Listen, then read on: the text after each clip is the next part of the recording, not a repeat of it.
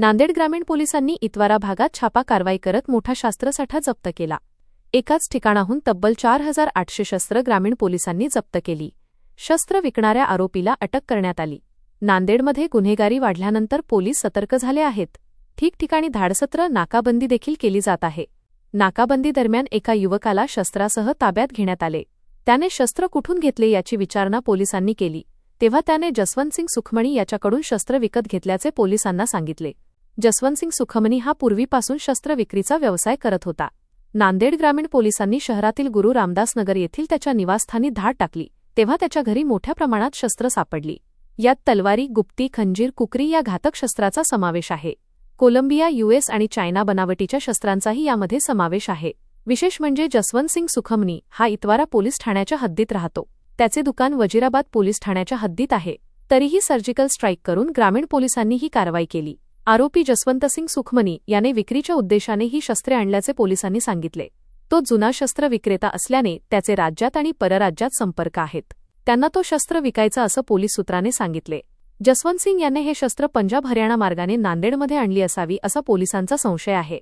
त्या दृष्टीने पोलिसांचा तपास सुरू आहे।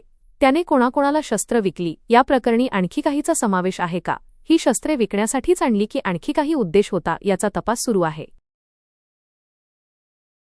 त्यामध्ये आम्हाला एक माहिती भेटला की एक माणूस आहे ज्यांच्याकडे की खंजर आणि तलवार आहे आणि त्याच आपण फॉरवर्ड बॅकवर्ड लिंकेज करून की कुठून घेतला, काय घेतला आणि थोडंफार पण होता, इंटेलिजन्स पण होता की एक माणूस आहे ज्यांच्याकडे साठा होऊ शकतो।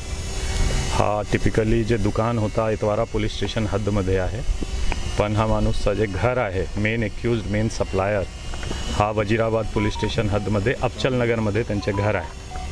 तो एकसारखा दोन्ही तिन्ही पोलीस स्टेशनच्या बाउंड्रीचा एरिया होता आणि एक इंट बेस्ड तसेच फील्ड बेस्ड हा कारवाई आहे, ज्यामध्ये की एक मोठा शार्प वेपनचा साठा सापडलेला आहे।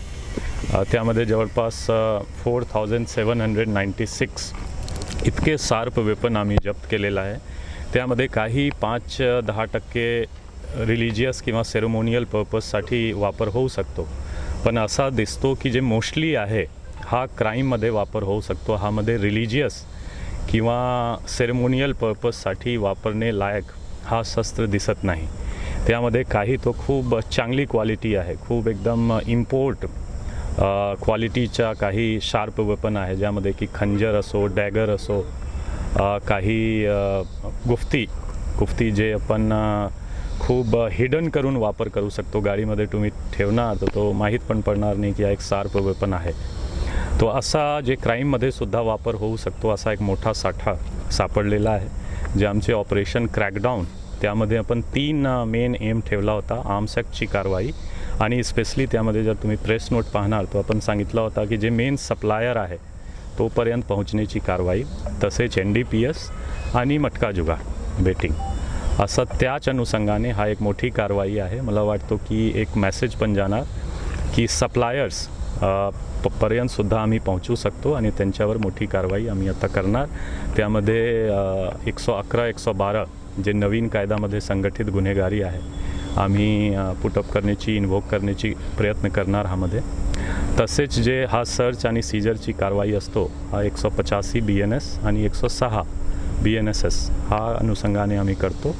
तो परत एक बार मी ग्रामीण पोलीस स्टेशनचे इंचार्ज आणि पूर्ण टीमला खूप अभिनंदन करतो की त्यांनी एक चांगली कारवाई करून नांदेड जिल्हा आणि आजूबाजूसुद्धा जे एक मोठा सप्लायर होता, एक मोठा साठा होता, त्यांच्यावर चांगली कारवाई करून सप्लाय चेन ब्रेक करण्याचा हा एक मोठा प्रयत्न आहे।